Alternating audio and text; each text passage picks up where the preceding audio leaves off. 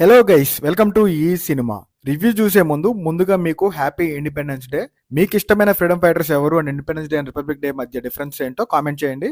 తెలియని వాళ్ళు తెలుసుకుంటారు. ఇక ఇవాళ చాలా సినిమాలు రిలీజ్ అవుతున్నాయి. ఆ మిగతా సినిమాల రివ్యూస్ కూడా మన ఛానల్లో వస్తాయి. మిస్ అవ్వకుండా ఉండాలి అంటే ఈ వీడియోని లైక్ చేసి మన ఛానల్ని సబ్స్క్రైబ్ చేసుకోండి. ఇక లేట్ చేయకుండా రివ్యూ చూసేద్దాం. 2019లో వచ్చిన ఇస్మార్ట్ శంకర్కి స్పిరిచువల్ సీక్వెల్ గా వచ్చిన 2 hours 42 minutes రన్ టైం ఉన్న ఈ డబుల్ ఇస్మార్ట్ ని చూడటం జరిగింది.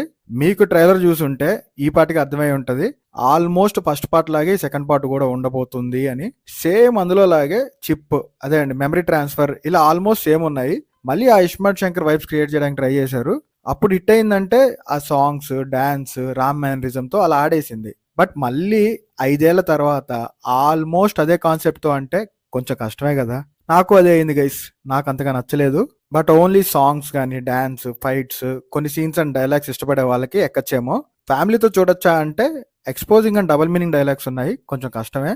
ఏదేమైనా అసలు పూరి జగన్నాథ్ అనేది ఒక బ్రాండ్. హీరోస్ కి మ్యానరిజమ్స్ ఇవ్వడంలో గానీ, different style of mass movies ని తీయటంలో గానీ ఆయన కేర్ ఆఫ్ అడ్రస్. ఆయన ఇష్టపడే వాళ్ళు చాలా మంది ఉంటారు, అందులో నేను ఉంటాను. ఇలాంటి సినిమాలతో కాకుండా మళ్ళీ ఇదివరకు లాగా తనదైన మార్క్ సినిమాలతో మళ్ళీ రావాలి మీరు పూరి గారు. Waiting for your strong comeback. By the way, ఇంతకీ వాళ్ళ ఖడ్గం సినిమా చూసారా? ఎంతైనా ఖడ్గం సినిమా అనేది ఒక ఎమోషన్ కదా. సరే, ఇక సినిమాలో పాజిటివ్స్ అండ్ నెగిటివ్స్ చూద్దాం.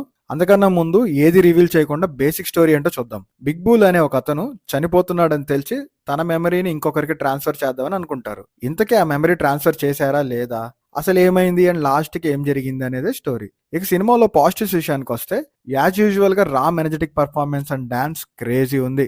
సంజయ్ దత్ గారు కూడా తన రోల్ కి న్యాయం చేశారు. Starting half an hour and cinematography బాగున్నాయి. మణి శర్మ గారి సాంగ్స్ అండ్ బీజిఎం అయితే అల్టిమేట్. సినిమాకి మేజర్ ప్లస్ అని చెప్పొచ్చు.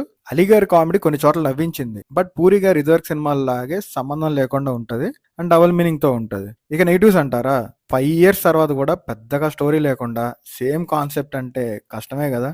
లవ్ ట్రాక్ కూడా అంత కనెక్ట్ అవ్వలేదు. హీరోయిన్ సాంగ్స్ కోసం అండ్ అందంగా చూపించడానికే ఉంది అనిపించింది. కొన్ని సాంగ్స్ అవసరం లేకపోయినా ఇరికిచ్చారు. క్లైమాక్స్ రొటీన్ అండ్ కొన్ని సీన్స్ ఆల్రెడీ చూసిన ఫీల్ వల్ల అక్కడక్కడ బోర్ కొట్టింది. ఓవరాల్ గా ఒక్క ముక్కలో చెప్పాలంటే ఈ డబుల్ ఇస్మార్ట్ శంకర్ కి డబుల్ బాగుంటుంది అని అనుకుంటే డిసప్పాయింట్ చేసింది గైస్. మన ఈ సినిమా రేటింగ్ వచ్చేసి 2.25/5. మీకు ఈ వీడియో నచ్చితే వీడియోని లైక్ చేయటం, మన ఛానల్ని సబ్స్క్రైబ్ చేసుకోవటం మర్చిపోకండి. ఇంకా మన ఛానల్లో ఉన్న మిగతా కంటెంట్ కూడా చూడండి. Thank you. మీ ఈ సినిమా.